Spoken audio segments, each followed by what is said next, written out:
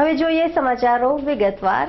ગુજરાત રાજ્યના 56મા સ્થાપના દિને જામનગરમાં રન ફોર યુનિટમાં હજારો યુવાનોએ દોડ લગાવી। ગુજરાતની ગતિ વધારવા માટે દોડનો મત રાજ્યના વસુબેન ત્રિવેદીએ પણ વ્યક્ત કર્યો। ગુજરાતના આજે 56મા જન્મદિન નિમિત્તે જામનગર વાસીઓએ રન ફોર ગુજરાતમાં ઉત્સાહભેર જોડાયા હતા। જિલ્લા પંચાયતના સર્કલ પાસે રાજ્યના મહિલા અને બાળ વિકાસ મંત્રી વસુબેન ત્રિવેદીએ રન ફોર ગુજરાતનો ફ્લેગ આપી તેમની સાથે મેયર પ્રતિભાબેન, કલેક્ટર આર.જે. માકડિયા, એસપી પ્રદીપ સેજુડ વગેરે પણ જોડાયા હતા।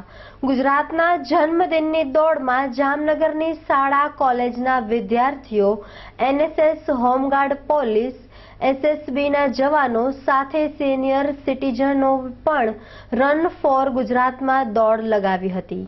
રન ફોર ગુજરાતમાં પ્રથમ, દ્વિતીય અને તૃતીય દોડવીરોને રાજ્યના મંત્રી વસુબેન ત્રિવેદીના હસ્તે પ્રમાણપત્ર આપી સન્માનિત કરવામાં આવ્યા હતા।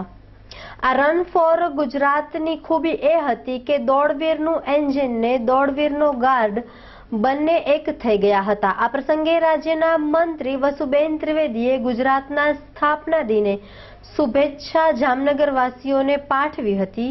ગૌરવશાળી ગતિશીલ ગુજરાતની ગતિને વેગ આપશું તેમ પણ તેઓએ જણાવ્યું હતું। આજે જામનગર શહેરની અંદર લગભગ 10,000 લોકોએ આ રન ફોર ગુજરાતના કાર્યક્રમમાં ભાગ લીધો છે। દોડમાં પ્રથમ આવનાર 6 લોકોને અહીંયાથી સર્ટિફિકેટ પણ આપવામાં આવ્યા। કુલ મળીને આજે સૌ ગુજરાતવાસીઓ ગતિશીલ ગુજરાતના ચોથા તબક્કામાં આપણે પ્રવેશ્યા છીએ। ત્યારે 252 સંકલ્પો સાથે રાજ્ય સરકાર આગળ વધી રહી છે। ત્યારે સૌનો સાથ, સૌનો વિકાસ અમે કહ્યું છે।